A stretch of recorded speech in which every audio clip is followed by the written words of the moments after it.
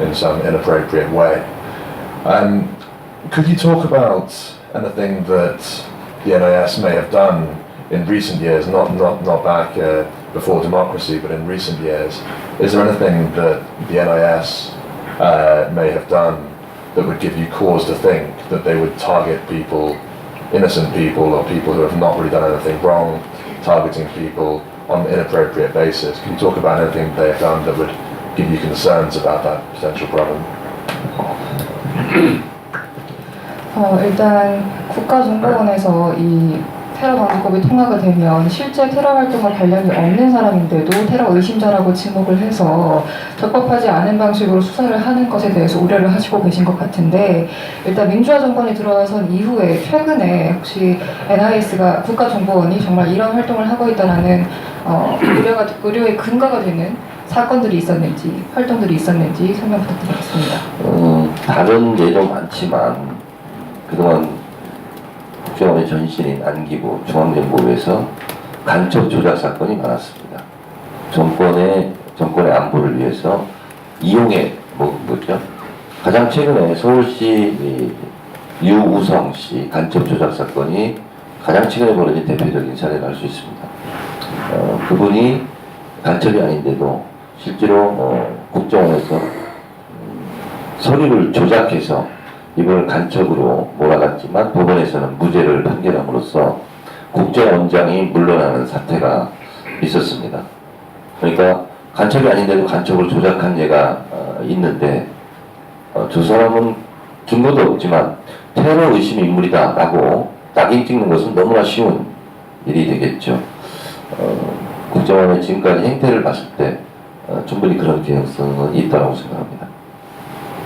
There are lots of examples, but the most recent one is the NIS fabricating data to frame somebody as a North Korean spy. The most recent one is the case of Yoo Sung, who was a North Korean defector and Seoul City government official, and the NIS effectively fabricated documents to frame him as a North Korean spy. But later on, the court found him not guilty, and as a result, the head of the NIS had to step down. So this shows that the NIS is even willing to fabricate data to make somebody look like a spy. So simply stigmatizing somebody as a suspect is very easy compared to their previous histories. 국정원은 없는 것을 있게 하고 있는 것을 없게 하는 그런 능력이 충분히 있습니다. So the NIS has the ability to make something, make something from nothing, and make nothing from something.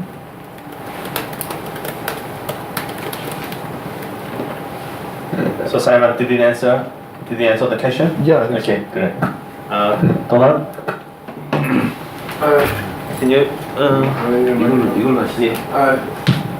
I'm just wondering, and this may be obvious to everybody, and you may have said this already, but it's not clear to me what is the status now of this filibuster. Is it still going on, or I heard it might be suspended? Are you going to go till March 10th? Again, this may be known to everybody, but it's not clear to me. So if you could clarify that, I'd appreciate it. He answered the question in the beginning, so I will explain after the session. And another question is this. This is more to the point. There's been, much speculation about the need for dialogue with the North and need for peace treaty and closing of Kaesong and so forth. Again, have you talked about all that? I'd appreciate your views on some of those issues. Thank you. 네, 북한과 대화나 혹은 북한과 평화협정 필요성 등에 대해서 어떻게 생각하시는지, 또 개성공단 문제에 대해서 어떻게 생각하시는지 의견 부탁드리겠습니다. 저는 학생 때부터 한 30년간 남북관계, 한반도 평화, 통일 문제에 대해서 생각하고 연구하고 공부했던 사람입니다. 남북 간에 전쟁을 통해서 이룰 것은 아무것도 없습니다. 평화로 전쟁을 막을 수 있지만 전쟁으로 평화를 살 수는 없는 일입니다. 북한이 아무리 못된 짓을 하더라도 결국 서로 남과 북이 전쟁하자 이렇게 하는 것에 동의할 국민들은 없을 것입니다. 따라서 개성공단은 남북이 긴장하고 서로 적대하지만 남과 북의 국민들이 함께 모여서 함께 숨을 쉬었던 숨구멍입니다. 이것을 없애버린다는 것은 어리석은 일이다라고 생각을 합니다. 김대중 대통령 때 서해에서 교전이 일어났습니다.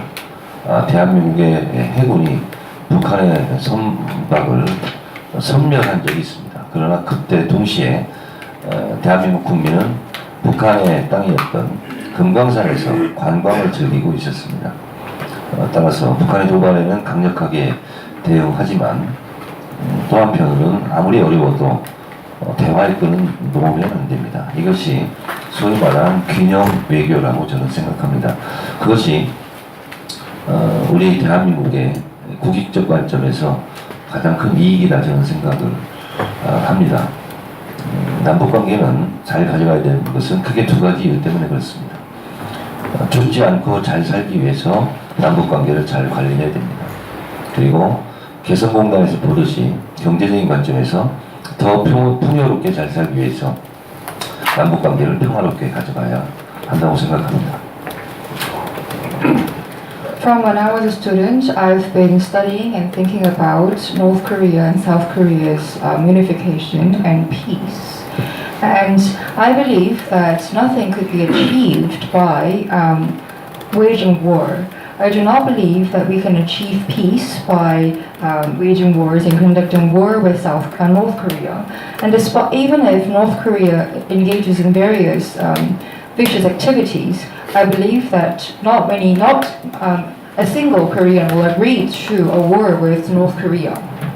And in the case of Kaesong Industrial Complex, even when South Korea's and North Korea's relations have been quite strained, the place provided a breathing space for both North Korea and South Korea. So I believe suspending operations in the complex is a stupid thing to do. And in the early 2000s, under the Kim Dae-jung administration, there was a comeback in the West Sea, but at the same time, Korean people were engaging in a tour at Mount Kumgang.